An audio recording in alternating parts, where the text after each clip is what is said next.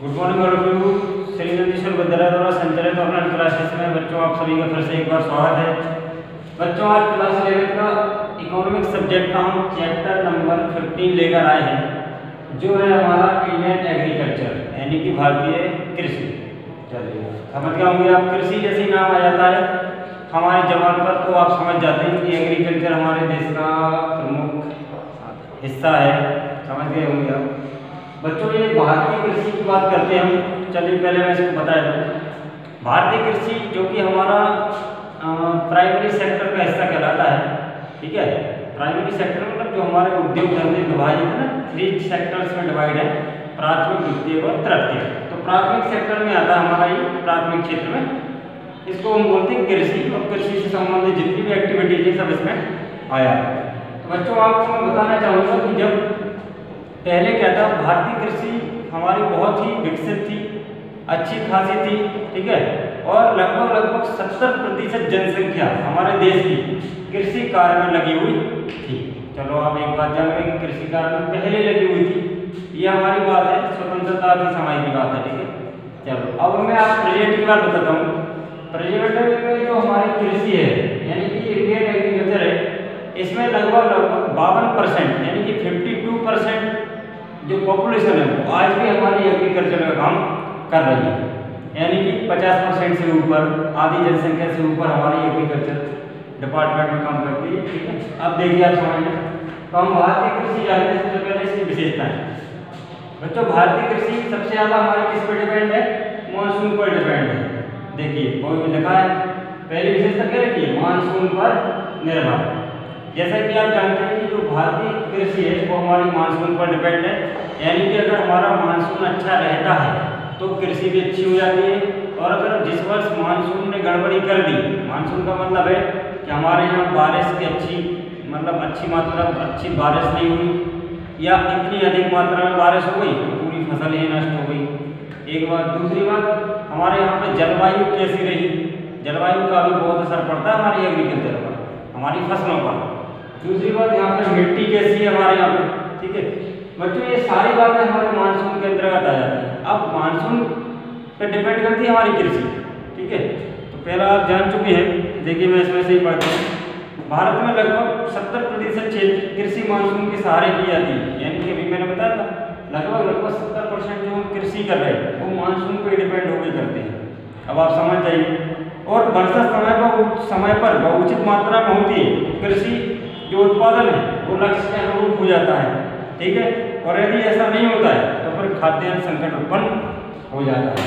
बच्चों ये पहली बात आप समझ चुके होंगे कि मानसून पर निर्भरता कैसे हमारी भारतीय कृषि की। दूसरा है जीविका का साधन। बच्चों जीविका का मतलब तो आप समझते होंगे, यानी कि हमारी इनकम का जरिया, हमारी आय का साधन। चलिए समझते हैं इसको भी। देश में कृषि व्यावसायिक न होकर अधिकांशता कैसी है, जीविका का साधन बनी हुई है, यानी कि हमने कृषि का भी बिजनेस नहीं बनाया इसको, केवल हम इसको अपनी आय का जरिया बना रखा है, अपनी जीविकोपार्जन हेतु एक साधन बना रखा है, ठीक है। करोड़ों छोटे किसान और भूमिहीन मजदूर इसे अपने पेट पालने का आधार बनाए हुए हैं, इसलिए इसको बताया गया कि जीविका क्या है बच्चों, साधन है। चलो दो। तीसरी है खाद्यान्न फसलों की प्रमुखता। बच्चों पहले मैं आपको खाद्यान्न फसलें बताया था। खाद्यान्न फसलें वे फसलें होती हैं जिनका उपयोग हमारे खाने के लिए किया जाता है, जैसे हमारा गेहूँ है, चावल है, मक्का है, ज्वार बाजरा, ये खाते नहीं है अपन लोग, लेकिन ये हमारे सब खाद्यान्न फसलों में आती है, ठीक है। तो हमारे जो कहने का मतलब ये कि भारतीय कृषि में जो फसलें उगाई जाती हैं वो मोस्टली खाद्यान्न फसलें ही उगाई जाती हैं। व्यापारिक फसलें अब तो हम खैर उगाने लगे हैं, लेकिन पहले खाद्यान्न फसलों का इतना महत्व नहीं था। देखिए तो जनसंख्या की तेजी से बढ़ने के कारण खाद्यान्न की आवश्यकता बढ़ी। अब आप ऑब्जर्वेशन की बात है कि जैसे जनसंख्या बढ़ती है तो उनके लिए खाद्यान्न फसलों का उत्पादन बढ़ाना पड़ता है, ठीक है। अतः 75% भाग में खाद्य फसलें जैसे कि गेहूँ, चावल और चना, ये 3 चीज़ें हमारी होती हैं 75% भाग पर, और 25% भूभाग पर होती है हमारी व्यापारिक फसलें। व्यापारिक फसलें जैसे जूट, कपास, ये हमारी होती है व्यापारिक फसलों में आती है। खाद्यान्न फसलों में लाभ कम होने के कारण कृषि विकास कार्य में बाधा आती है। तो अब आप एक तीसरी विशेषता भी जान चुके हैं कि हमारी भारतीय कृषि की थर्ड जो विशेषता वो क्या है, खाद्यान्न फसलें सबसे ज़्यादा की जाती हैं अपेक्षाकृत व्यापारिक फसलों की। ठीक है। चौथा है क्षेत्रीय विविधता। बच्चों आप ये तो बात जानते हैं कि हमारे भारत में जितनी भी कृषि योग्य भूमि है वो सभी जगह पर एक समान नहीं है। कहीं पर उपजाऊ भूमि है, कहीं पर उजर भूमि है। उजर मतलब कम उपजाऊ, जहाँ पर फसलें अच्छे से नहीं होती हैं। तो हमारे यहाँ पर क्षेत्रीय विविधता यानी कि अलग अलग भूभाग पर अलग अलग प्रकार की कृषि योग्य भूमि है। कहीं पर अच्छा खासा उत्पादन होता है, कहीं पर उत्पादन की मात्रा और कम है, तो इसको बोलते हैं क्षेत्रीय विविधता। चलो इसमें और देख लेते हैं। भारत में जलवायु और मिट्टी की विविधता के कारण यहाँ विभिन्न क्षेत्रों में भूमि की उत्पादकता, ध्यान देखना बच्चों, क्षेत्रीय विविधताओं में क्या क्या रहता है अलग अलग। एक तो ये जलवायु और मिट्टी, ये दोनों चीज़ें अलग हो जाती हैं। कहीं पे जलवायु अच्छी है, कहीं पे जलवायु का हाल बेहाल है। ठीक है। मिट्टी कहीं पर उपजाऊपन वाली है, कहीं पर उपजाऊ कम देती है। ठीक है। सिंचाई सुविधाएं, भूधारण व्यवस्था आदि में अंतर के कारण प्रत्येक क्षेत्र में उत्पादकता का स्तर भिन्न भिन्न है। इससे क्षेत्रीय असमानता उत्पन्न हो गई। बच्चों ये क्षेत्रीय विविधताएं या असमानताएं आप समझ चुके होंगे। चौथी विशेषता है व्यापार, बेरोजगारी एवं छिपी बेरोजगारी। बच्चों ये सबसे बड़ी बेकार स्थिति ये है कि हमारी भारतीय कृषि में उस समय 70% जनसंख्या और वर्तमान में 50% से ऊपर है, यानी कि 52% जनसंख्या लगी हुई है।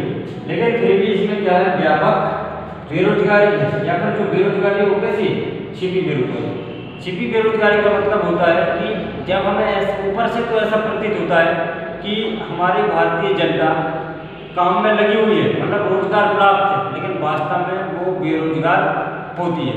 वो इसलिए होती है क्योंकि उनको काम जब मिल जाता है, जब वो 3 या 4 महीने काम मिल जाता है। जैसे मान लो अभी रबी की फसल आ रही है, तो रबी की फसल में क्या है, अभी बोना स्टार्ट हो गया फसलों का, तो अभी हमारे सभी किसान भाई हैं सभी रोजगार से लग गए कि भैया काम पे जा रहा है, सुबह से क्या करना है, बुआई करना है, फिर उनकी देख रेख भी करेंगे, फिर कटाई भी करेंगे, मतलब 3 या 4 महीने तो उन्हें फसल में व्यस्त हो जाते हैं, तो रोजगार हो जाता है।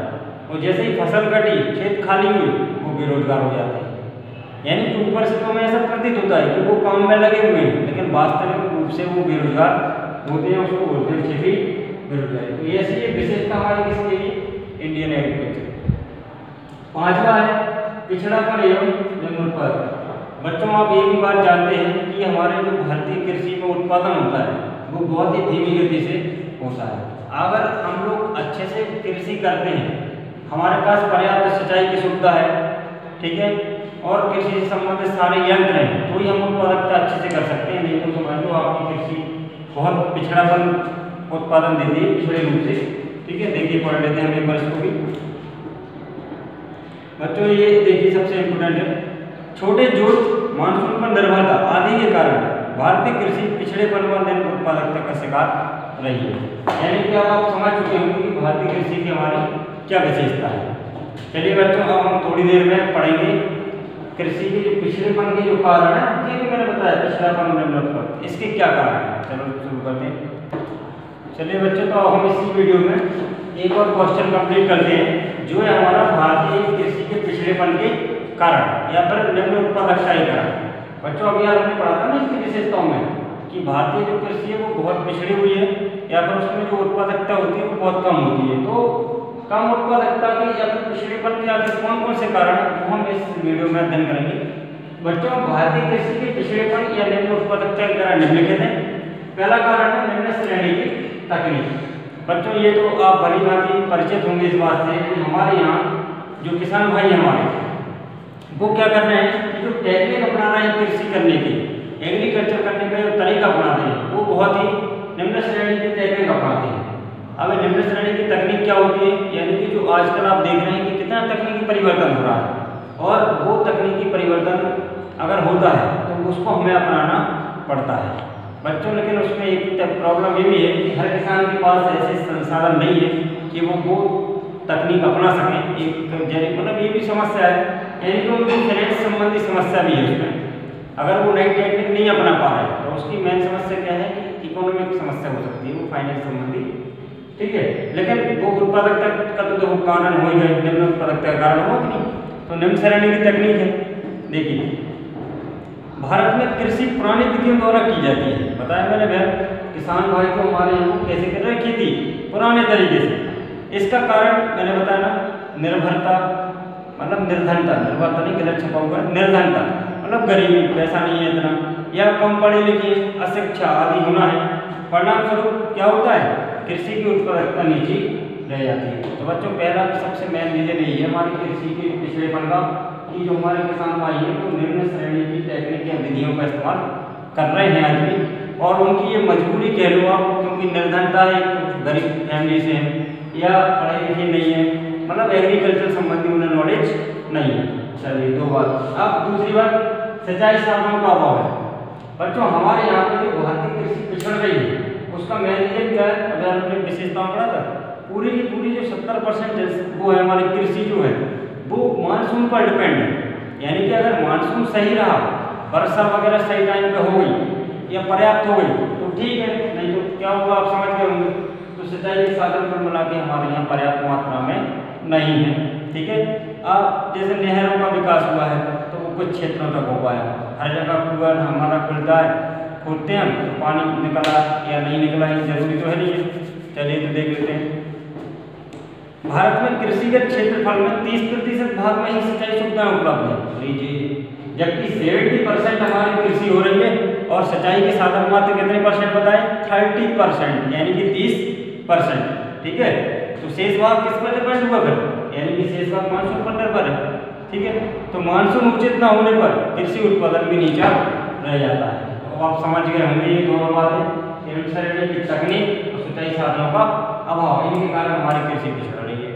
तीसरी बात देख लेते हैं, कृषि पर बढ़ता हुआ जनसंख्या का भार। ये तो बच्चों आप जानते ही हैं पूरी बात कि भारत जनसंख्या के मामले में चीन के बाद दूसरे नंबर पर आता है, और जब इतनी ज़्यादा हमारी जनसंख्या होगी तो बताइए कृषि इतना उत्पादन कितना उत्पादन करेगी कि हमारी जनसंख्या की पूरी आवश्यकता को कर सके।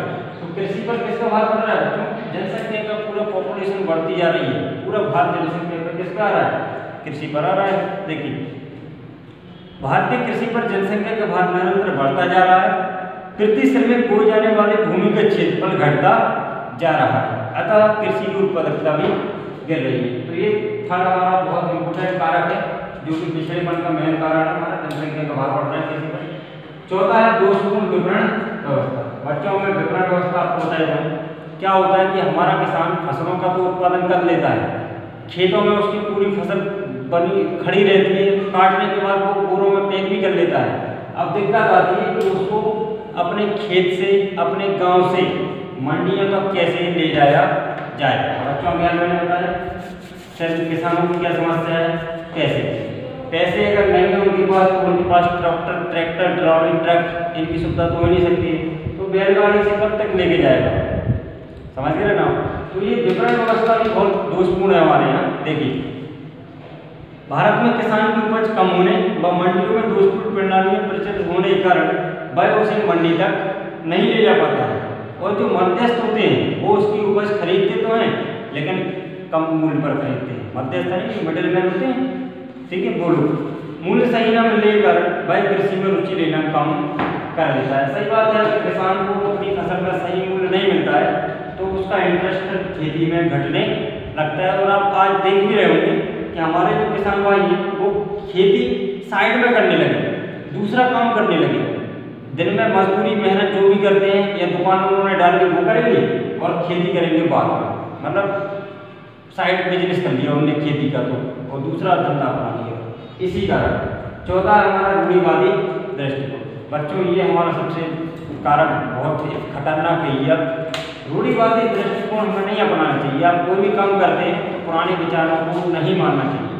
तो हमारे किसान भाइयों का सबसे बड़ा समस्या ये है, तो क्या कहते हैं, पुराने विचारों को मानकर अपनी खेती करते हैं। यानी कि अब हमने फसल बो दी, अब भगवान की इच्छा होगी पानी बरस जाएगा, फसल अच्छी हो जाएगी, ये विचार रखते हैं। जबकि ये नहीं रखना है, आपको कोशिश ये करनी है कि पानी बरसे चाहे नहीं बरसे, हमें सिंचाई की पर्याप्त व्यवस्था करनी है। ठीक है, तो ये दृष्टिकोण देखिए लिखा है। भारत में किसान अशिक्षित होने के कारण रूढ़िवादी है और वह आधुनिक तकनीक को अपनाने में संकोच करता है। परिणाम ये होता है उत्पादकता में वृद्धि हो पाती है। चलिए बच्चों, तो अब हम मिलते हैं नेक्स्ट वीडियो में। तब तक आप इस चैप्टर को अच्छे से पढ़ते रहिए, तब तक के लिए वीडियो देखते रहिए। Thanks for